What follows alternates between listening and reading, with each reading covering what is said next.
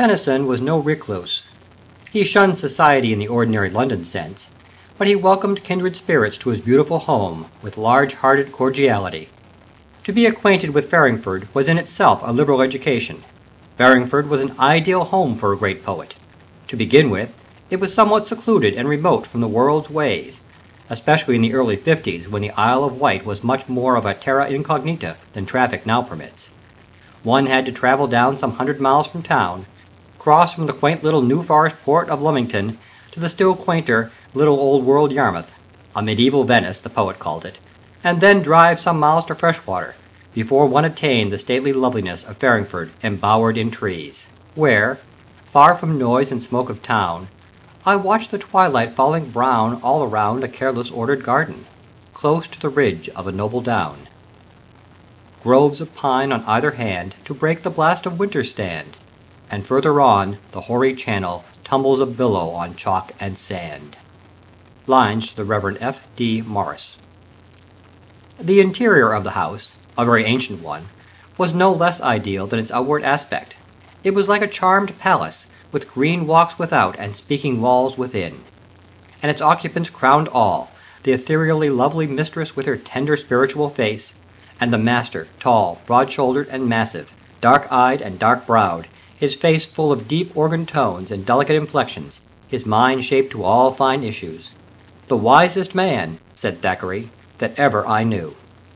Subject to slight inevitable variations, a certain method and routine governed the days of Tennyson.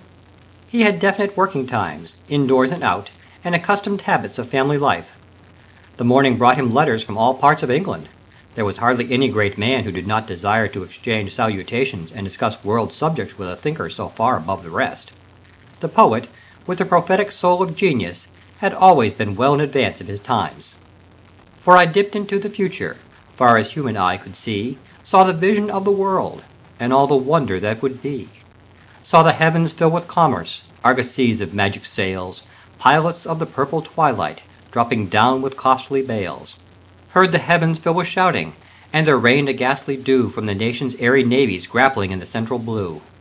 Far along the world-wide whisper of the south wind rushing warm, with the standards of the peoples plunging through the thunderstorm, till the war drum throbbed no longer, and the battle flags were furled in the Parliament of Man, the Federation of the World.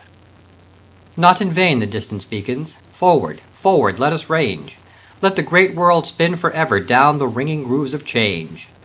Through the shadow of the globe we sweep into younger days, better 50 years of Europe than a cycle of Cathay. Locksley Hall.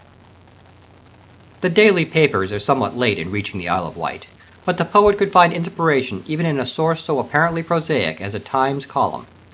He noted down some of those valiant and soul-stirring episodes which go unrecorded save by a passing paragraph, and the poem which perhaps has held the public fancy longest, The Charge of the Light Brigade, was written a few minutes after reading the Times description of the battle containing the phrase, "Someone had blundered." Half a league, half a league, half a league onward, all in the valley of death rode the 600. "Forward the Light Brigade! Charge for the guns!" he said. Into the valley of death rode the 600. Forward the Light Brigade! Was there a man dismayed? Not, though the soldier knew someone had blundered. Theirs not to make reply. Theirs not to reason why. Theirs but to do and die. Into the valley of death rode the 600. Cannon to right of them, cannon to left of them, cannon in front of them volleyed and thundered. Stormed at with shot and shell, boldly they rose and well. Into the jaws of death, into the mouth of hell rode the 600. Flashed all their sabres bare, flashed as they turned in air, sabering the gunners there. Charging an army, while all the world wondered. Plunged in the battery smoke, right through the line they broke. Cossack and Russian reeled from the sabre stroke, shattered and sundered. Then they rode back, but not the 600. Cannon to right of them, cannon to left of them, cannon behind them volleyed and thundered. Stormed at with shot and shell, while horse and hero fell, they that had fought so well came through the jaws of death, back through the mouth of hell, all that was left of them, left of 600. When can their glory fade? Oh, the wild charge they made! All the world wondered. Honor the charge they made, honor the Light Brigade, noble 600. The Charge of the Light Brigade. A little while after breakfast, Tennyson would retire to his den on the top story for that sacred half hour devoted to poetical composition, and assisted by his beloved pipe, during which nobody dared disturb him. This den, or study, formed a setting worthy of its inmate. Every inch of wall was covered with portrait, sketches, drawings. Almost every distinguished name in the 19th century was in some manner represented here. The poet literally worked surrounded by his friends. And in this congenial atmosphere he devoted himself to that lifelong pursuit of his, as he has imagined it in The Gleam, which flying onward, wed to the melody, sang through the world. Whatever respective values a future generation may set upon Tennyson's work, there can be little doubt that he himself considered The Idylls of the King, with its inner spiritual meanings, as his greatest work. There is no single fact or incident in the Idylls, he said, which cannot be explained without any mystery or allegory whatever. Hence their appeal to the least mystical reader, through sheer beauty of language and superb pictorial effect. But, at the same time, he let it be known that his whole story was inherently one of pure symbolism, starting from the suggestion that Arthur represented conscience.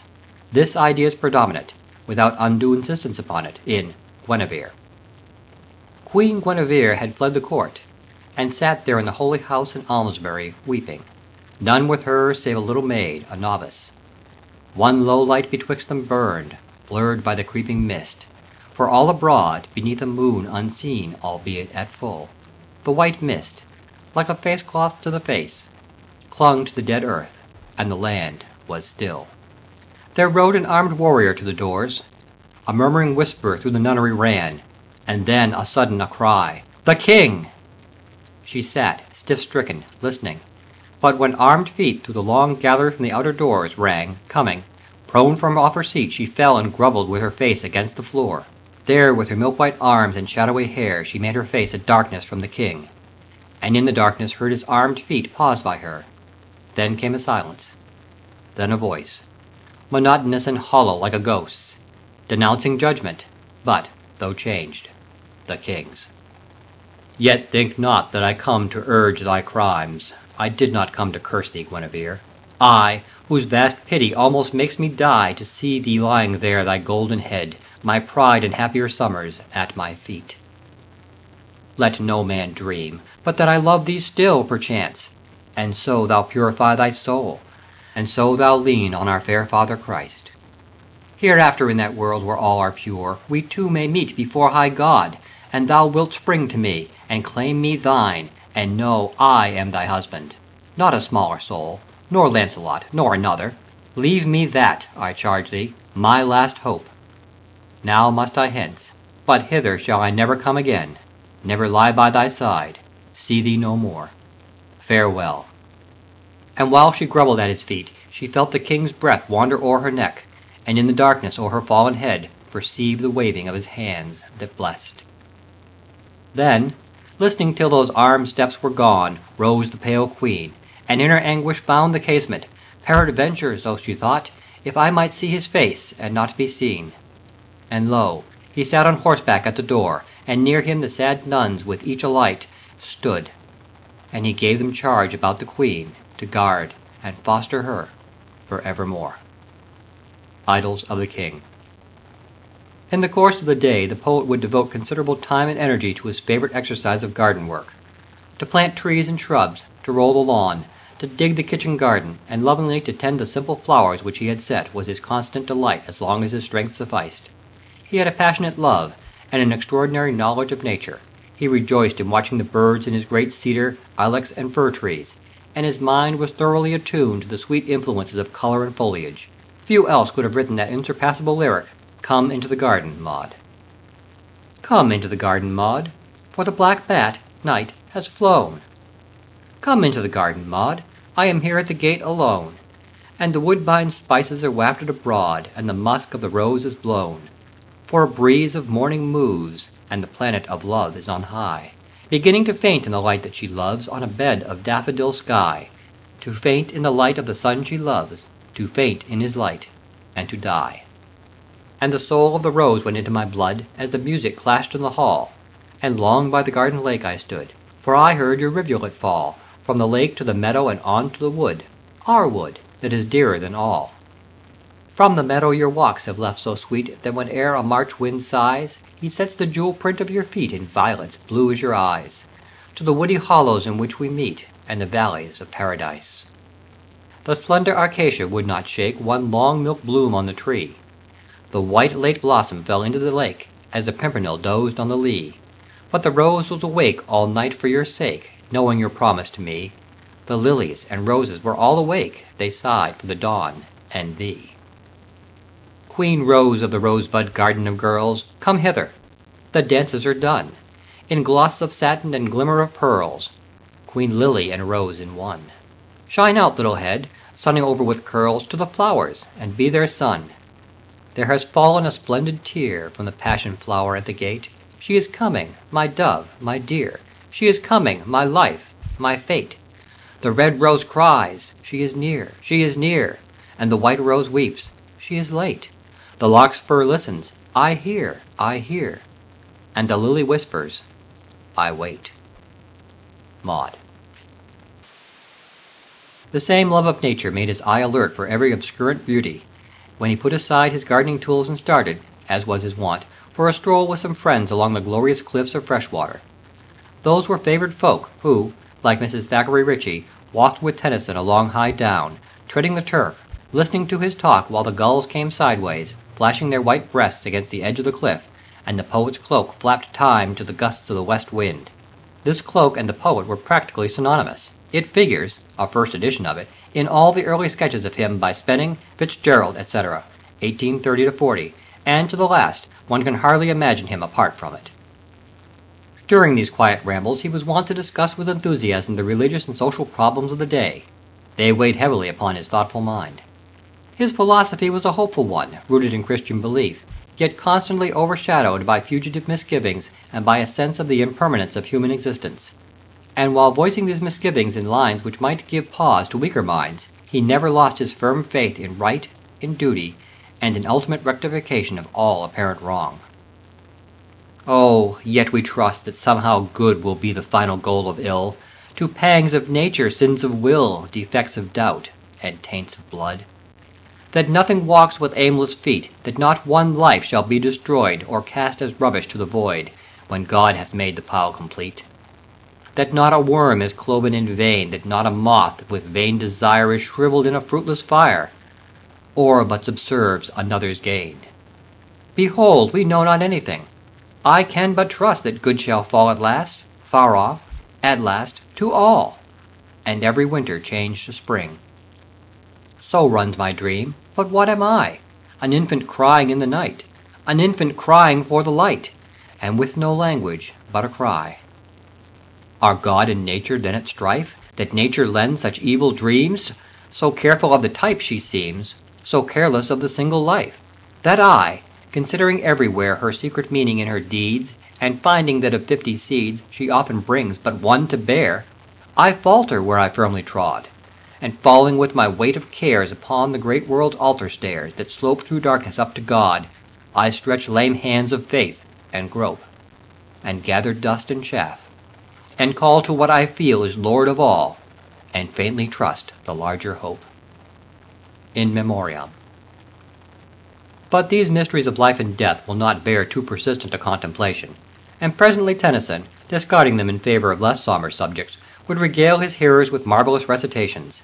The role of his great voice acted sometimes almost like an incantation. The old-world classical legends had always found in him a noble exponent, and nowhere was his peculiar felicity of diction and delicate sense of sound better exemplified than in Oenone. O Mother Ida, many-fountained Ida, dear Mother Ida, hearken ere I die. Hear me, O earth! Hear me, O hills! O caves that house the cold-crowned snake! O mountain brooks! I am the daughter of a river god. Hear me, for I will speak, and build up all my sorrow with my song, as yonder walls rose slowly to a music softly breathed, a cloud that gathered shape. For it may be that, while I speak of it, a little while my heart may wander from its deeper woe. O Mother Ida, many-fountained Ida, dear Mother Ida, hearken ere I die. I waited underneath the dawning hills. Aloft the mountain lawn was dewy dark, and dewy dark aloft the mountain pine. Beautiful Paris, evil-hearted Paris, leading a jet-black goat white-horned, white-hooved, came up from reedy Simonos all alone. "Dear Mother Ida, hearken ere I die." He smiled, and opening out his milk-white palm disclosed a fruit of pure Hesperian gold that smelt ambrosially. And while I looked and listened, the full-flowing river of speech came down upon my heart.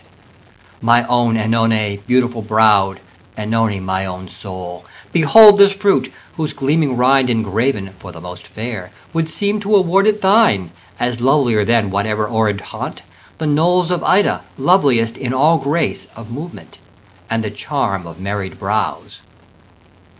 Dear Mother Ida, hearken ere I die. He pressed the blossom of his lips to mine, and added, "This was cast upon the board, when all the full-faced presence of the gods ranged in the hills of Peleus, whereupon rose feud, with question unto whom 'twere due. But Lightfoot Iris brought it yester-eve, delivering that to me, by common voice elected umpire, Here comes to-day, Pallas and Aphrodite, claiming each this meed of fairest. Thou, within the cave behind yon whispering tuft of oldest pine, mayst well behold them, unbeheld, unheard, hear all, and see thy Paris judge of gods. Dear Mother Ida, hearken ere I die. It was the deep mid-noon. One silvery cloud had lost his way between the piny sides of this long glen. Then to the bower they came. Naked they came to that smooth-swarded bower, and at their feet the crocus brake like fire. Violet, amaracus, and asphodel, lotus and lilies. And a wind arose, and overhead the wandering ivy and vine, this way and that, in many a wild festoon ran riot, garlanding the gnarled boughs with bunch and berry and flower through and through. O Mother Ida, many-fountained Ida, dear Mother Ida, hearken ere I die!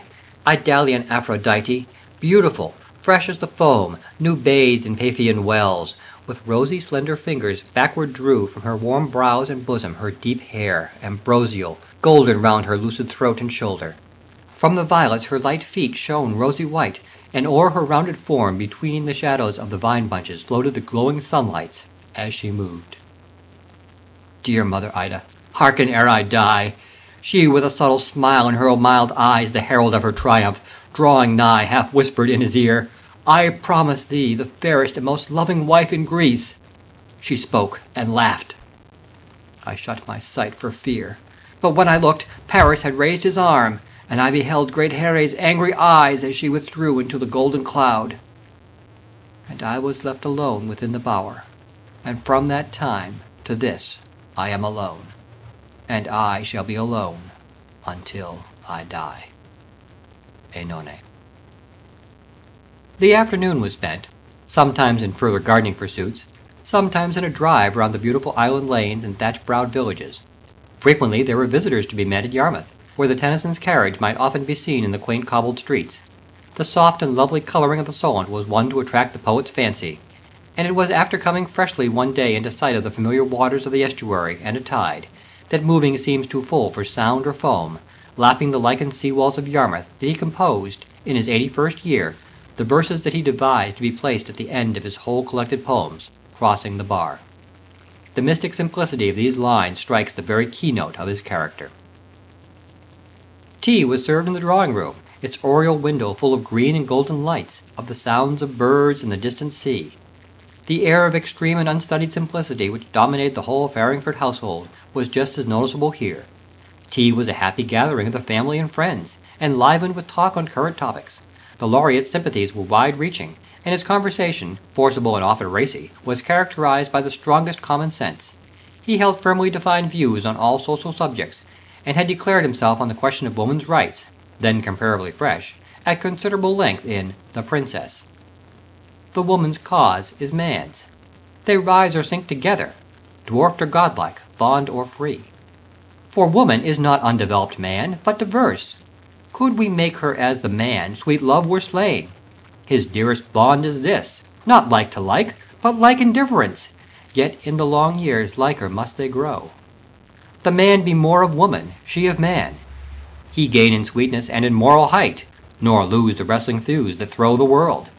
She, mental breadth, nor fail in childward care, nor lose the childlike in the larger mind, till at last she set herself to man like perfect music upon noble words. And so these twain, upon the skirts of time, sit side by side, full summoned in all their powers. Let this proud watchword rest of equal, seeing either sex alone is half itself, and in the marriage ties nor equal nor unequal, each fulfills defect in each, and always thought in thought, purpose in purpose, will in will they grow. The single pure and perfect animal, the two-celled heart beating with one full stroke, life. The Princess. The poet's ideal of woman was set very high. He held her to be far above man, morally and spiritually, and an ideal as perfect as may well be conceived was daily before his eyes in the person of his beautiful wife, with her pure and saintly face, who was yet no angel, but a dearer being, all dipped in angel instincts, breathing paradise, interpreter between the gods and men, who looked all native to her place, and yet, on tiptoe seemed to touch upon a sphere too gross to tread, and all male minds perforce swayed to her from their orbits as they moved, and girdled her with music. The Princess. Later on in the evening came, perhaps, the sweetest hour of the day, when, playing and romping with his little ones, the tall and stately man became a very child for a while. The peculiar tenderness towards children was a distinctive feature of Tennyson, and whether helping his own boys build stone castles on the cliff, or frolicking with any village school children whom he might meet, he was intent upon giving that joy and laughter to the new generation which had been denied to his own childhood. Make the lives of children as beautiful and as happy as possible was a favorite saying with him. The children's hour, which Longfellow had sung, was a radiant hour for him, and most of all he was enchanted by the sight of little drowsy heads asleep in cot or cradle. They inspired some of his loveliest lyrics, such as sweet and low, wind of the western sea, low, low, breathe and blow, wind of the western sea. Over the rolling waters go, come from the dying moon and blow, blow him again to me, while my little one, while my pretty one, sleeps. Sleep and rest, Father will come to thee soon. Rest, rest on mother's breast, Father will come to thee soon. Father will come to his babe in the nest, silver sails all out of the west, under the silver moon. Sleep, my little one, sleep, my pretty one, sleep. And the loss of his firstborn infant had touched him with that infinite poignancy of pathos which breathes in other lines. As through the land at eve we went and plucked the ripened ears, we fell out, my wife and I. Oh, we fell out, I know not why, and kissed again with tears. And blessings on the falling out that all the more endears when we fall out with those we love and kiss again with tears. For when we came where lies the child we lost in other years, there, above the little grave, oh there, above the little grave, we kissed again with tears. The dinner table was enlivened by Tennyson's boundless store of anecdote and keen sense of humor. It was a feast of intellect, to quote Mrs. Cameron, hour after hour of the most brilliant conversation. The supernatural loomed largely. The poet had a penchant for well-authenticated ghost stories, a deep interest in psychical phenomena, and an open mind towards the unknowable. And very strange tales of dreams, clairvoyance, and occult happenings were to be heard at Farringford. A master of the romantic pervaded by supernatural elements, he had long since drawn with deft touches the mysterious confines of fairylands forlorn, steeped in the very atmosphere of dream.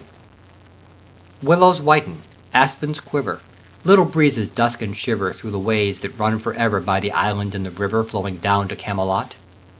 4 grey walls and 4 grey towers overlook a space of flowers, and the silent isle embowers the Lady of Shalott. Only reapers reaping early, in among the bearded barley, hear a song that echoes cheerly from the river winding clearly down to towered Camelot. And by the moon the reaper weary, piling sheaves in uplands airy, listening, whispers, 'tis the fairy Lady of Shalott. There she weaves by night and day a magic web with colours gay. She has heard a whisper say a curse is on her if she stay to look down on Camelot. She knows not what the curse may be, and so she weaveth steadily, and little other care hath she, the Lady of Shalott.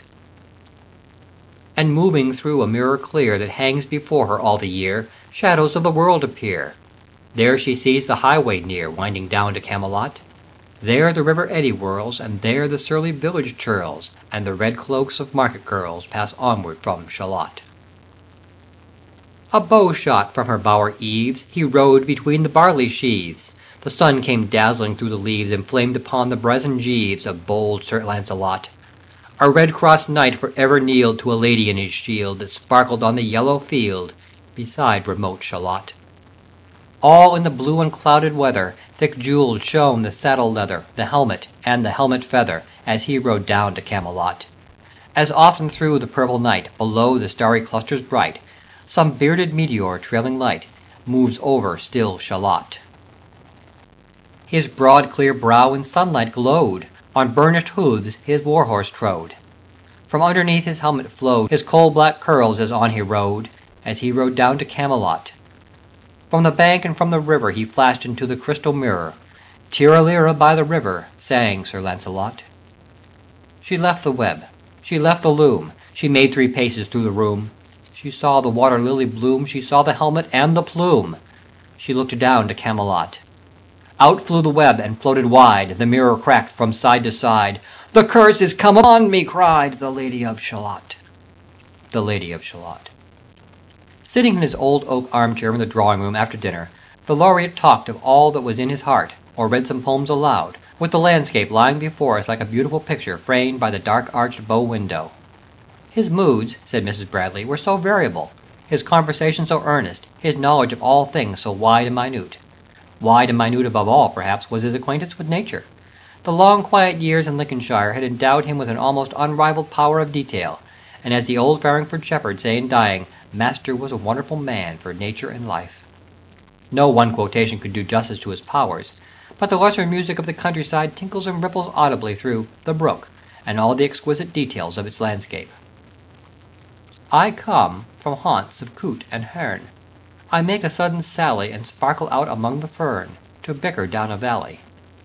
I chatter over stony ways in little sharps and trebles. I bubble into eddying bays, I bubble on the pebbles. With many a curve my banks I fret, by many a field and fallow, and many a fairy foreland set with willow weed and mallow.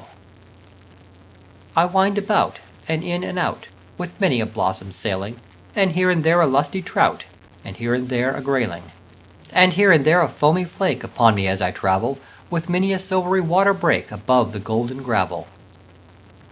I steal by lawns and grassy plots, I slide by hazel covers, I move the sweet forget-me-nots that grow for happy lovers. I slide, I gloom, I glance among my skimming swallows, I make the netted sunbeam dance against my sandy shallows.